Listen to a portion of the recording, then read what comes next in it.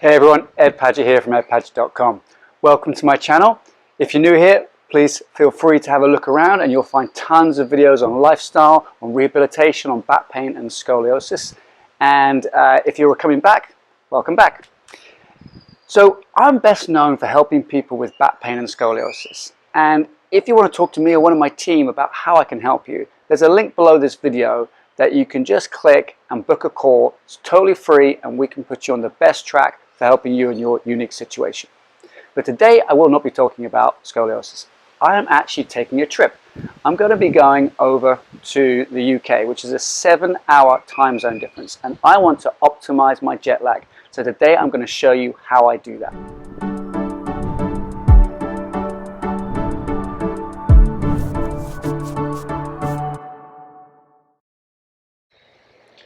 Jet lag. No one likes being jet lagged. Now, I'm from the UK, but I live in Central America. So when I can, I like to go back and see my family. But I don't want to waste my time with not sleeping. And it turns out that every hour of time zone difference that you travel takes about a day to adjust. So there's a 7-hour time zone difference, which means it's going to take me 7 days to adjust. 7 days out of my summer holidays is a long time. So I want to know how I can make that adjustment quicker. I've just completed some training with a company called Hinsa. Now, Hinsa was developed in Formula One, and they have a gentleman named Dr. Stephen Lockley, who's an associate professor at Harvard, do the sleep training for them. And the reason they have someone with such great credentials doing their sleep training is because a Formula One driver has to travel through the whole season, avoid as much jet lag as possible so they can perform at the weekends to the optimum of human function. They have to be within microseconds and millimeters sometimes of each other, and no one wants to be racing next to a jet lag driver because statistics have shown that sleep deprivation can be akin to actually being drunk. Now, some of you may know this, but in the northern climates, we do this daylight saving time. So every year we shift the clocks back or forwards, and sometimes we lose 1 hour sleep. Now, there's some great studies that show that during that 1 hour sleep, during that loss of 1 hour sleep, the incidence of a stroke will go up about 8%. And I'm going to reference these below. If you have cancer, that incidence of a stroke can go up to 25% 2 days after the time shift. Also, if you're over 65, your chance of having a stroke goes up by 20%. And this is just 1 hour of sleep loss. Also, car accidents go up, heart attacks go up, and everything changes with that 1 hour of sleep loss.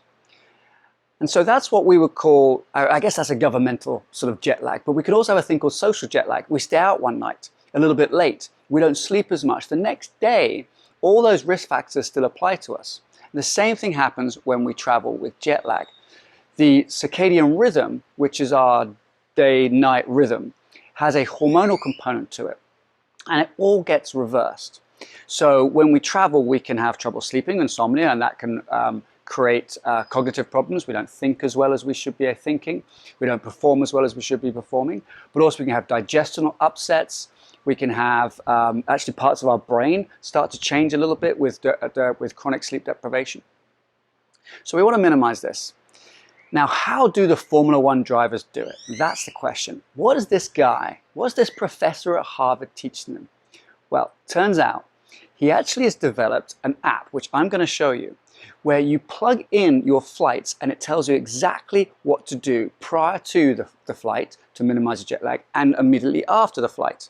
So I'm going to share with you my itinerary, and I'm going to show you when we should be going to sleep, when I should be supplementing with coffee, if that's what you're into, and melatonin. And I'm going to show you how this works for a Formula One racing driver and what their 1 month in their season looks like, where they map out every hour they should be asleep and every hour they should be awake. Okay, so we're going to flip over to my phone, and I'm going to show you what this looks like on my app. Okay, so we're going to go to the Timeshifter app now, which is this one here. And I've already put in my flight plans from London on July 20th.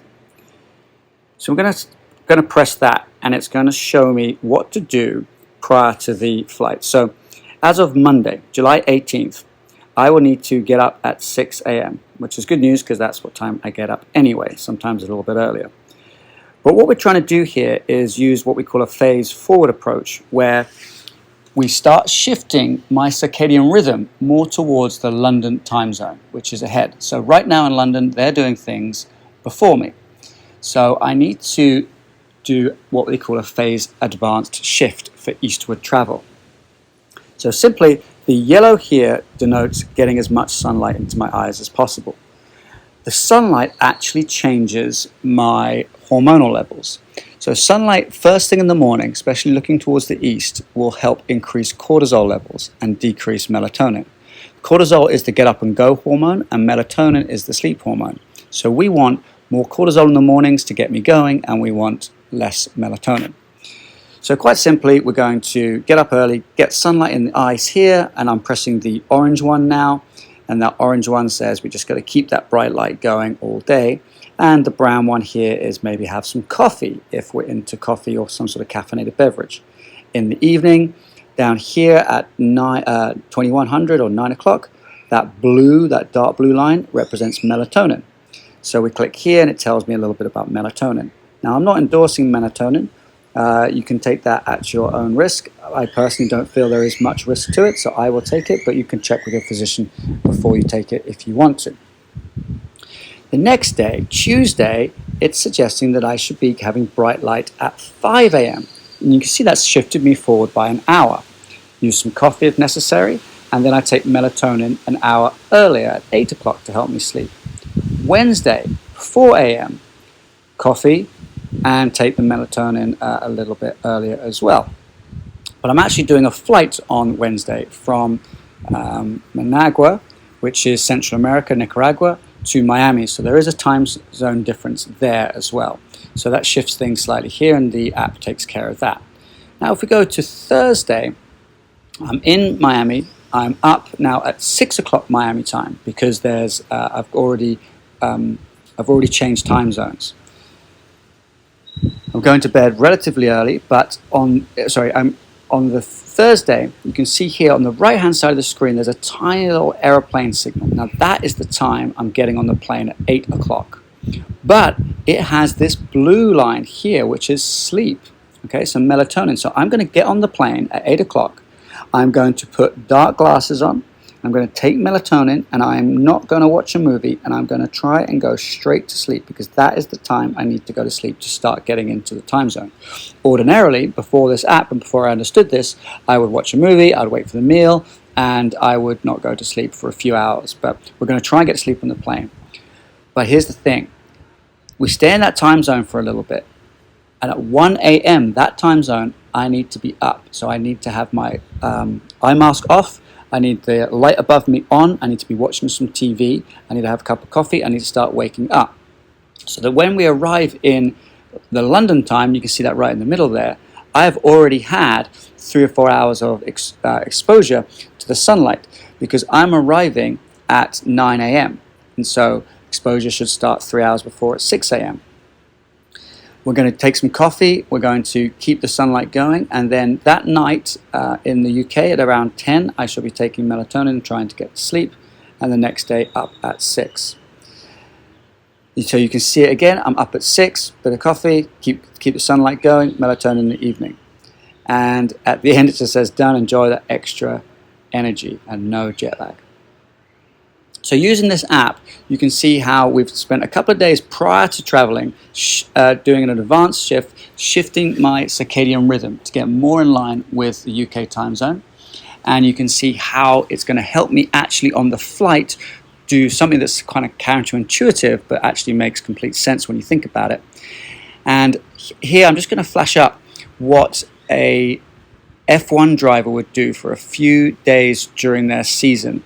And it's quite a complicated diagram, but you can see that each day is taken care of and each hour of the day is taken care of or accounted for so that they know exactly when they're sleeping and they know exactly when they are awake and when they should have light exposure and dark exposure to help set their circadian rhythm as quickly as possible.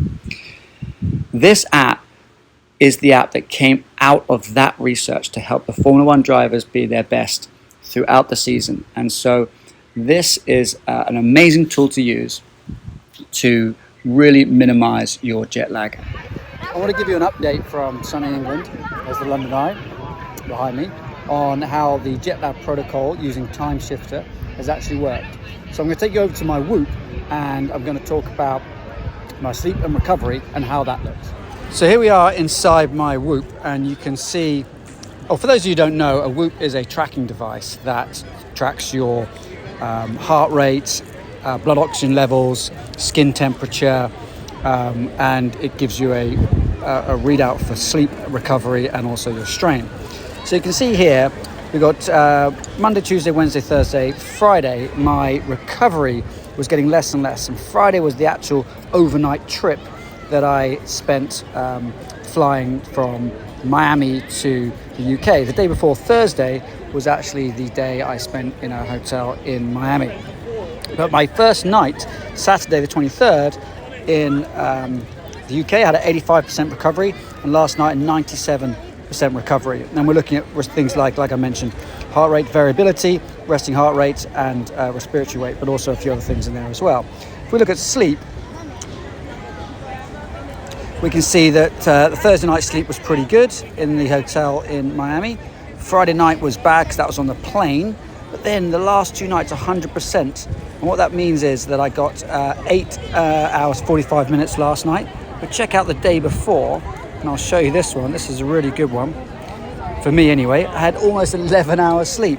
Now, to put that into perspective, as we go back in time, that was the 100% here on Saturday, but usually I'm averaging down here about 7 hours sleep. The week before I was averaging 7 hours 25. The week before that, let's go back a week, 6 hours 30. So sleep for me is a bit of a struggle, and it's something I really work on, but the last few weeks have not been great. But getting up to an 11-hour sleep is fantastic. So has the Jetlag protocol worked for me? Yes, I believe it has, because I've had 2 fantastic nights sleep and I don't feel any jet lag on day 2 in the UK, and day 2 is usually the worst day. So there you have it, the amazing Timeshifter app. If you like this video, don't forget to press the like and then subscribe so you don't miss my next videos. And if you think you know someone who could really appreciate this information, share this video with them so they can take advantage of the Timeshifter app. And I also want to let you know there's other ways to follow me as well, not just on YouTube. I have an Instagram, ed.padgett, where you can follow my more day-to-day and lifestyle tips there, but also my website, edpadgett.com. You should check that out. Tons of blog articles on there, a little bit more information about the lifestyle and longevity aspect of my teachings. So thank you very much for this, and I will see you in the next video.